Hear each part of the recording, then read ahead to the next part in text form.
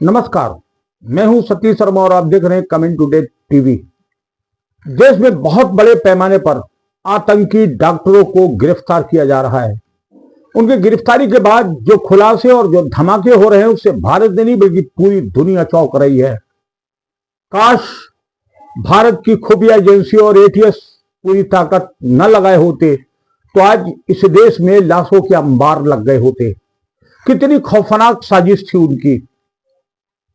20 गाड़ियां खरीदी जा चुकी थी, 3000 किलो विस्फोटक तैयार हो चुका था, केमिकल वेपन्स बनाए जा चुके थे, लाशों के अंबार लगाने थे और ये सारे धमाके करने थे 6 दिसंबर को। 6 दिसंबर की वो तारीख जब बाबरी मस्जिद को तोड़ा गया था। महत्वपूर्ण बात यह है, एक तरफ बड़े बड़े खुलासे हो रहे हैं और बड़े बड़े डॉक्टर्स आतंकवादी जैसे मोहम्मद से जुड़े हुए गिरफ्तार किए जा रहे हैं और दूसरी तरफ भारत की राजनीति के चंद वो गद्दार लगातार सियापा करना प्रारंभ कर चुके हैं। टेलीविजन चैनलों पर आकर वो न सिर्फ अपनी भड़ास मिटा रहे हैं बल्कि आतंकवादियों की ढाल बनने की नापाक कोशिश कर रहे हैं।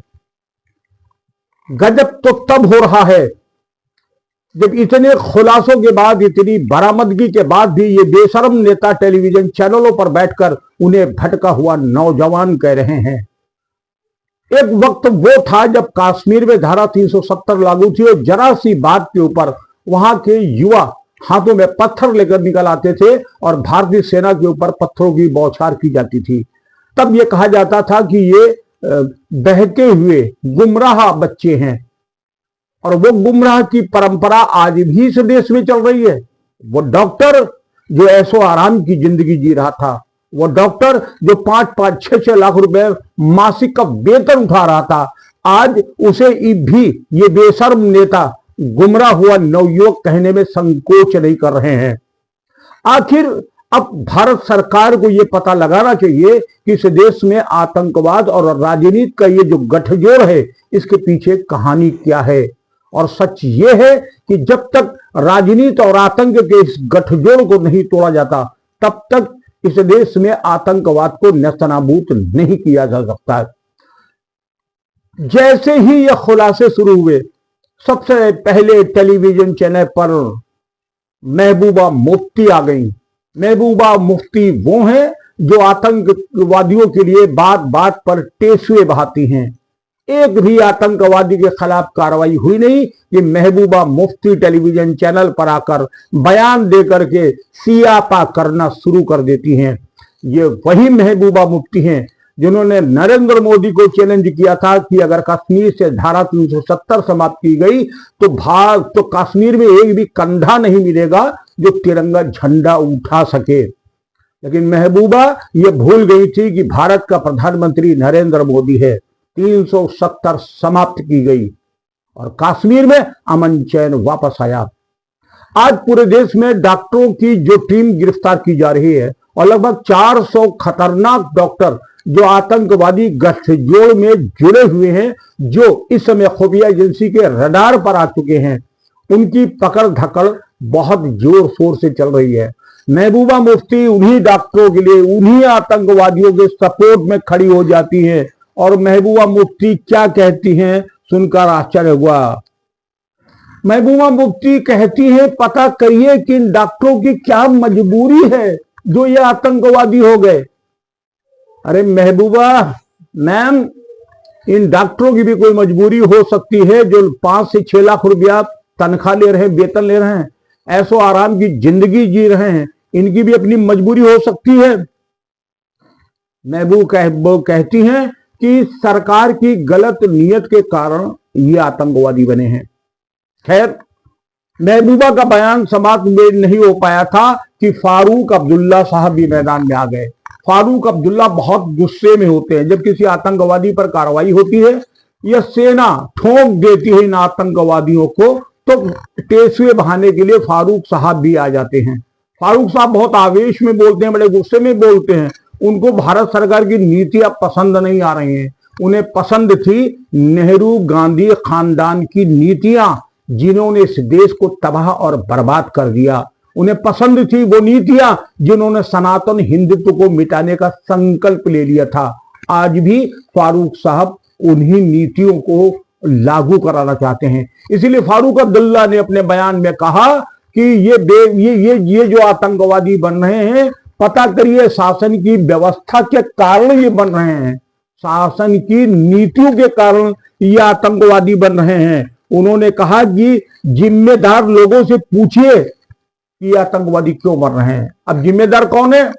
नरेंद्र मोदी, अमित शाह, इनसे पूछिए कि आतंकवादी क्यों बन रहे हैं। इतना ही नहीं, कांग्रेस का एक और नेता है, कांग्रेस के इस नेता ने तो बेहयाई की रिकॉर्ड तोड़ दी। नाम है हसन दलवाई। हसन दलवाई बिल्कुल उनके समर्थन में आ गए। हसन दलवाई ने अपने बयान में कहा कि मुसलमानों पर जो अत्याचार हो रहा है उसके कारण इस देश के डॉक्टर आतंकवादी बन रहे हैं। अन्याय के खिलाफ डॉक्टर आवाज उठा रहे हैं। उन्होंने कहा कि भारत के प्रधानमंत्री और भारत के गृह मंत्री लगातार मुसलमानों के खिलाफ बयान दे रहे हैं, जिसके कारण इस देश के डॉक्टर आतंकवादी बन रहे हैं। इतना ही नहीं, हसन दलवाई ने तो यहां तक मांग कर दी कि आरएसएस की जांच की जाए। ये जो लाठियां लेकर के घूमते हैं ना, इनकी जांच की जाए। बहुत अच्छा बयान हसन दलवाई साहब ने दिया है। वो बयान इसलिए हो जाते हैं क्योंकि भारत की मोटी मोटी संविधान में, भारत की मोटी मोटी कानून की किताबों में ऐसे लोगों की नाक में नकेल डालने की शायद कोई धारा नहीं है। काश इस देश में भी कोई एक ऐसी धारा होती जो उल जलूल बयान देने वाले का गिरेबान खींचकर कोर्ट कचहरी तक ले आती, तो शायद ये उल जलूल बयानबाजी इस देश में न होती। कांग्रेस के एक और नेता का बयान सुनिए, निर्लज्जतापूर्ण बयान कहा जाएगा। कांग्रेस के एक नेता हैं इमरान मसूद, उत्तर प्रदेश से ताल्लुक रखते हैं, नए नए सांसद हुए, तमाम चुनाव हारे थे, इस बार जीत गए हैं। तो बहुत बड़बोलापन इमरान मसूद ने साफ साफ कहा है कि ये जो आतंकवादी है, ये जो डॉक्टर पकड़े जा रहे हैं, ये भटके हुए नौजवान हैं। क्या कारण है कि इस देश के विपक्ष की राजनीति करने वाले लोगों को आतंकवादी भटके हुए नौजवान नजर आते हैं? आखिर क्या कारण है कि जब भी आतंकवाद के खिलाफ कोई कार्रवाई होती है तो यही सगरे नेता मैदान में कूद आते हैं उनके बचाव के लिए? आखिर क्या कारण है कि उनके लिए टेसुए बहाए जाते हैं? एक बार कम से कम भारत सरकार उन नेताओं की जांच करा दे। निसंदेह इनकी जांच भी होना आवश्यक है और इनकी हमदर्दी के कारण का पता लगाना भी आवश्यक है।